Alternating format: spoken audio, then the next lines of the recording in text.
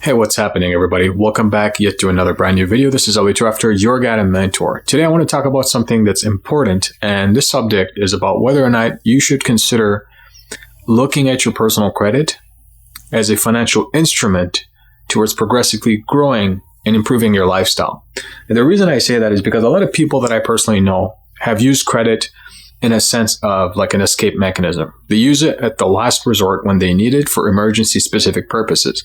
The issue there is most of the times, and from historical trends and things that I know on a personal level when it comes to creditors, lenders, people who offer an extension of credit or lend money to you, have a tendency of leaning towards individuals who are financially responsible, towards individuals who actually can provide some sort of stability, and they look stable on the financial and banking realm. So the most important thing there I want you to really concentrate on is the topic of reliance on credit as an emergency situation. So if you want to really evolve and you want to improve your financial circumstances and you want to scale growth on a personal level, the most important thing you should consider using credit as is a tool of resource on leveraging perspective. And the reason I say this is more important than using it as an emergency source is because on a leveraging perspective, there's opportunity for you to make something out of it. There's opportunity for you to benefit from it as it was intended for you to benefit from. On the other side of things, when I look at personal credit, and I've seen a lot of people use personal credit as a means to, like I say, emergency, but in a way that it's very, very in a dire need. Like it's like the last resort. They absolutely need it. And if they don't have that, they're going to get vacated from their home or something like that. So you have to prevent those type of catastrophic circumstances and incidents. You have to make everything, or you have to do everything possible in your power to prevent any type of situation that will land you to a situation where it's what I just described, catastrophic. So personal credit should never be used as a tool to get out of emergencies on the time of emergency. It should be saving for a rainy day, but you should have access to credit. Now, as you guys know through my channel, and we've discussed this quite a bit, and we talked about like instances where people say, well, you get as much credit cards as possible, and that's actually good for you. And I encourage you guys, and I say probably not the best idea to get as many credit cards as possible because there's really no incentive there for you, because now you're stuck with maintaining multiple different relationships. And honestly speaking, you have to balance that relationship or those relationships accordingly, because if you don't, then what's going to happen is you're going to lose momentum, and all the creditors that you now have, the newfound creditors and or over time building to those creditors, is essentially not being worked to its maximum efficiency, so you won't benefit as much. So with that said, the same scenario when it comes to emergency. You want to have a specified group of creditors that you can improve the relationships with, whether it's a good dozen or so. Just make sure that it's progressing your relationship, that you're able to maintain ongoing credit history with them, that you're making minimum payments or at least above that, as we discussed for FICO 10T. You're actually scaling that relationship by demonstrating aggressive levels of borrowing in addition to a higher level of pay down than borrowing that ultimately results in creditors pushing out more limits to you without you ever requesting or asking for it. Those instances only happen if you're really serious about honing in on a specific type of creditor and building those relationships strategically. You cannot build those if you're not concentrating on doing the right things. So with that said, when you're looking at credit as an emergency source of capital, if you're in that circumstance that you absolutely need to draw from it, you can't blame yourself and you have to do what you have to do. But on the other side, when you do take it out, when you do understand that, okay, well, now you have a liability that's basically it's like a bounty on your head. You have a liability and your time is running out. In addition to that, this kind of bounty I'm talking about has a timer on it. Like it's automatic, right?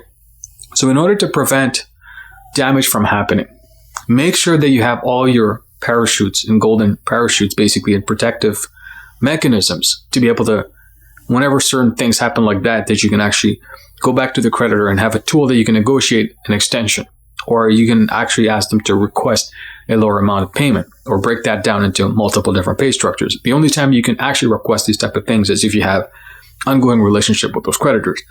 So before thinking about emergency funds, now if you're in that situation, obviously you have no choice, but assuming that, you might have to come across emergencies because you're seeing situations and you're somehow forecasting that there's going to be issues in the future. And you're scared that those instances in the future are going to cause harm to you, and it's going to force you into a situation where you now have to borrow credit to survive or to borrow credit in order to retain some sort of I guess, survival ratio. In order to do so, you make sure that if you have that kind of forecast and you know this is going to happen, you can predict it very comfortably and very confidently, that you actually leverage your relationships with that creditor right now. Did you think about all the types of things that you can potentially do to make sure that you're in that good side, that you're improving the relationships with other creditors as well, like I said, to improve that bankable relationship? Because if the time comes that you know for a fact, you foreshadow and foresee that you are going to use that, and you're going to tap into those sources of capital and credit, then you may as well make the most out of it, because at the end of the day, it is up to you to make sure that you balance those relationships efficiently. Because if you cannot do that, what's going to happen is you're going to get harmed. You will not get out of this on a very comfortable level. It's going to hurt you more than it's going to do you good. And the last thing we want when it comes to personal credit is make sure that, the personal credit is not really working for you anymore, that you're going to go into negative credit scores or the bad ones. And you're going to have collection agencies and so much negative and derogatory items come to your credit reports, preventing you from any type of reasonable funding or any type of, credit-oriented goals that you want to achieve in the future when it comes to building your wealth or prosperity, or essentially making sure that your lifestyle is optimistically maximized on all these type of things, right? So remember that when you're looking at credit as an emergency source of capital, make sure that if you foreshadow some sort of emergency happening that you know for sure you will need to tap into credit resources, you need to understand that those relationships that you've had, and if you see that foreshadow is actually months away, but yet you can still feel it, the idea here is just to start to work with those relationships, start to speak to your creditors, look at some of the things that you can benefit from with those creditors. Start if you've been using, cash or whatever means, then start to use a little bit of credit, because you still have that cash, and you can start to spread that out throughout the creditors, because at the end of the day, what's going to happen now is the bankable relationship is going to be exercised. Payment history is going to be establishing itself on an automatic basis.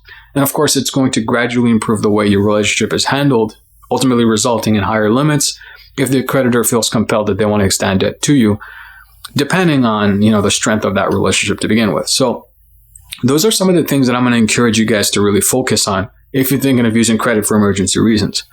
Now, here's another, conversation I want to have with you guys, because this one, as we talked about in the past, about debt consolidation, whether or not it's a good thing.